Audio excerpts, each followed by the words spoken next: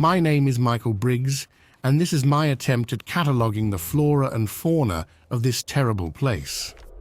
I'll freely admit that I am starting this project in what may possibly be a vain attempt to feel more in control of a life that has become something far beyond my grasp. Back home, in what I choose to think of as the real world, I was an artist for a company called Warren Publishing. Freshly hired, I've only stepped into their offices once, and that was at the time of my initial interview. My last great cross-country trek before I officially signed on had me running afoul of Jim Reed and the Devil's Sons, and now here we are. You see, Jim Reed saw something in me. I had an undiscovered talent I was blissfully unaware of. I can feel thins. What are thins, you may ask? Thins are places where the fabric of reality that separates the two dimensions, for lack of a better word, is stretched thin. Someone like me is useful to someone like Jim Reed. He snatched me up, tried to get me to drink the Kool-Aid. I played along, hoping to slip away, but now it's far too fucking late for that. Yeah, great plan, Michael. In any event, the man can talk. I'll grant him that. I guess I'm one of the few who doesn't buy into the whole dark messiah shtick he's rocking. He's a cult leader and an asshole. But that's all I'll grant the fucker. Yes, he has his powers. And whatever voodoo bullshit the Sons are into. And yes, it's powerful, or I wouldn't be hunkered down in an uprooted shack, a dimension and a half away from the world in which I was born, while clouds and tentacles roil overhead. But I digress. This won't be an A to Z approach, nor will it be well written. I don't have an editor, and words have never been my strong suit. If you're reading this, and you're not me, that means I'm probably dead, and you're stuck here too, so who are you going to complain to? Now on with the adventure of a lifetime. The Aklat. I've heard Reed refer to these creatures by the name Aklat Ojalde. Phonetic spelling, sorry. Apparently it means eaters of skin in some dialect of Arabic. They live in burrows underground and in abandoned structures. They somehow spin webs like arachnids, though I've never actually seen them do it. I've been told that the webs are initially acidic and will burn the flesh on contact, but the longer they hang around, they're merely an irritant, like a nettle. I've first-hand experience with that, foraging in an old mill and falling through rotten flooring into a mass of the stuff. Thankfully, it was an empty nest, or I probably wouldn't be writing this journal. They eat flesh like every other godforsaken thing in this world, makes their name a bit on the nose. They live in colonies, and I've been told each nest has a queen. Thankfully, I've never seen one or dealt with one. They're sneaky fuckers and prefer the backstab. Not that they're bad in a fight, that just seems to be their way. They hate bright light, hate it. Odin stones are a must if you have to go into a nest. Odin stones. I came up with the name myself. If you don't like it, make up one of your own. You'll find them in clusters close to ravines and in mountainous regions. They look like chunks of obsidian, and they're sharp, so watch the fingers. Once you crack one open, you'll find it's a thin shell with the inside being soft, sticky, and porous. Scrape out the core and slather it on the end of a stout stick. Light it with flame, and you have a white phosphorus torch that burns so bright it's hard to look at. It burns for longer than you'd expect, but it doesn't last forever. So if you're using it in an Aklat nest, like I mentioned earlier, bring extra. Speaking of the Aklat, the Odin sap, yes, that's what we're calling it, keep up, will burn through their webs. It also sends them scampering away like roaches when you flick on the light. Don't get overconfident though. I saw one smack the torch out of a Devil's Son's hand and more his face. So it's not perfect, but if you absolutely have to enter a nest, take some Odin sap. The eaters. Speaking of eaters of flesh, these aren't aklat, but in my mind, they're much worse. It's been explained to me that eaters are descended from humans who were trapped here and turned cannibal. They mostly stick together through bloodlines, which means lots and lots of inbreeding. Of course, that causes deformity, but here, in this place, never weakness. Eaters are monstrous, muscle-bound savages with seemingly unending stamina. I've seen them pull sleds for the suns all day and all night and never tire. I'm getting ahead of myself. Eaters are mostly clannish. They stick to their own in little pockets throughout this world. They'll trap you, rape you, cook you, and eat you. Not always in that order, but if they're in the mood and not hungry, they'll trade with you. Some have somewhat comprehensible speech. There's one eater in particular worthy of note. His name is Jeremiah Weatherly. Weatherly is someone I've only met twice, and that was twice too many times. He's from my world, or was from my world. He chooses to live here. That should speak volumes about the creep. He's somehow convinced the eaters that he's worthy to lead. Not just lead, but be held with worship, verging on religious awe. Other eaters fear him, even though he's just barely over 6 foot and far from a Mr. Universe type. He leads a very large group of eaters who call themselves the Knot. It's an amalgam of clanless eaters with higher than average intellect, which means to them 1 + 2 equals bacon and rocks are good for pillows. Reed deals with Weatherly. They seem to have some agreement only known to the two of them. They're thick as thieves. Weatherly will loan out some of his eaters to Reed on occasion. It rarely ends well. Some poor schmuck always ends up eaten. Bottom line, eaters, like most things here, are to be avoided. If you have to deal with them, act tough. Stand up tall and act like a bully. They dig that kind of thing. They won't be intimidated by you, but they may be entertained enough not to throw you into the stew pot.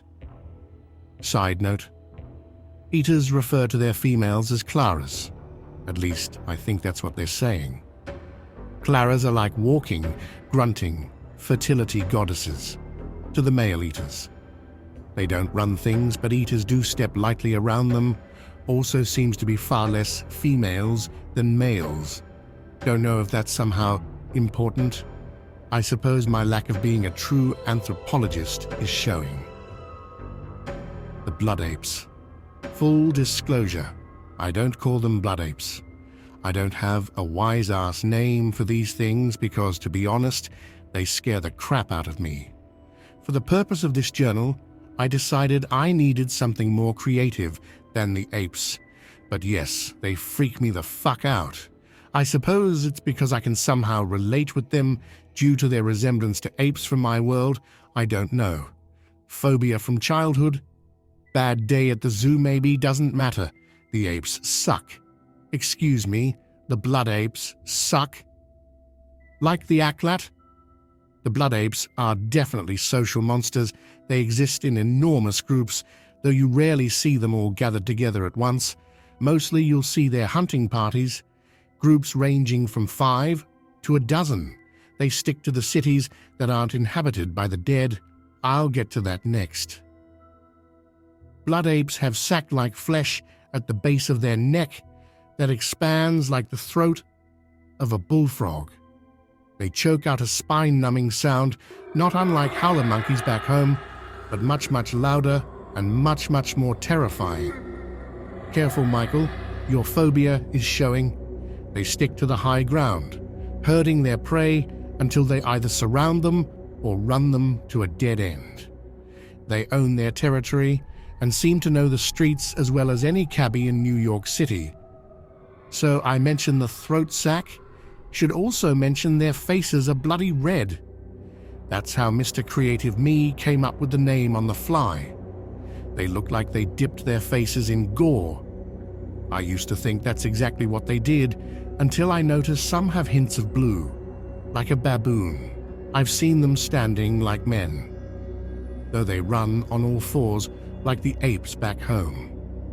I mention that you rarely see them in large groups, though there are specific instances where you will.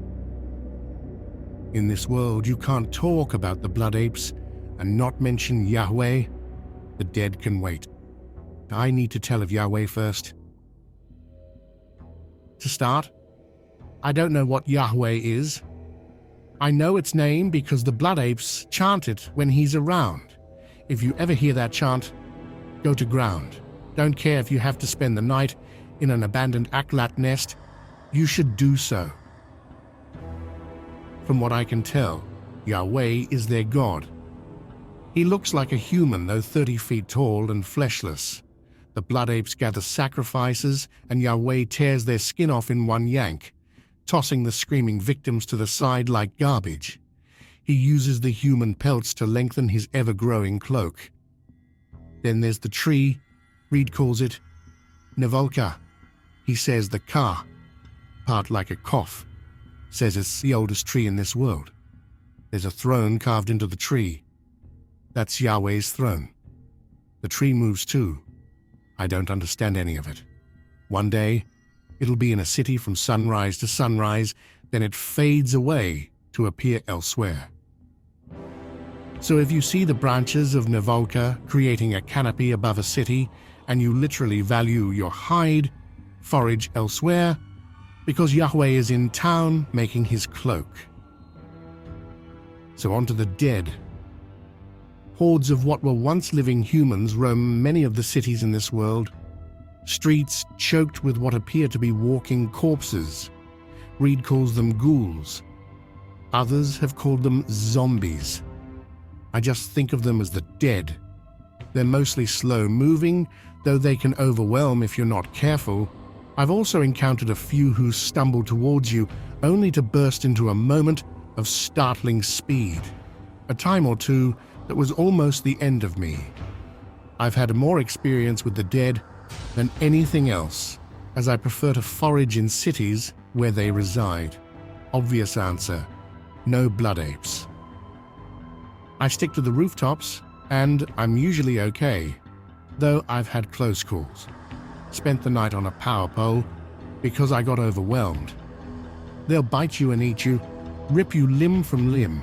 I've seen it. Even just a bite can mean death. Chances of a terrible infection followed by a kill-you fever is expected. Don't get bitten, in other words. Unless you're packing a supply of Freya's Star, you won't make it. Unlike that movie, you won't come back as one of them. At least I've never seen that happen. Freya's Star. One of the few helpful things Reed has shared with me is Freya's Star. And yes, that's my name for it.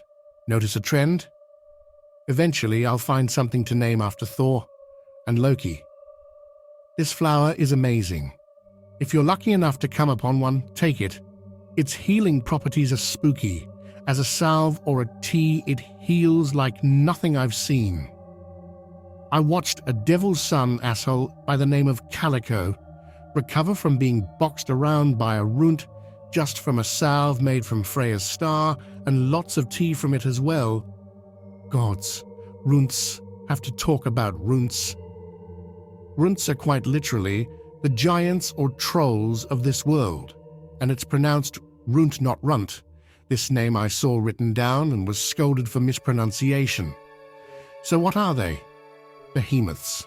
Stomping, slobbering, dismembering, eating, shitting, bellowing, killing machines. Seen some as short as 20 feet and others as tall as 100 feet. Not to make them sound common, because they are thankfully rare. I guess I'm just lucky to have encountered more than most people. To be clear, you should avoid them, like everything else in this place. It's not overly difficult if you can put distance between you and it. They're more dense than the most inbred eater. I watched one runt chasing a group of people. They hid behind a boulder, and as it circled, so did they. Until the runt seemed to forget he was chasing anyone, it sat down and went to sleep. On the other hand, I watched a 50-foot runt destroy an entire settlement of humans in minutes, grabbing and eating some of the inhabitants in one gulp, throwing up their boots and weapons later. I saw the pile of what didn't digest. They don't have a normal habitat. They can be anywhere. Only thing that doesn't run from a runt are the things in the sky.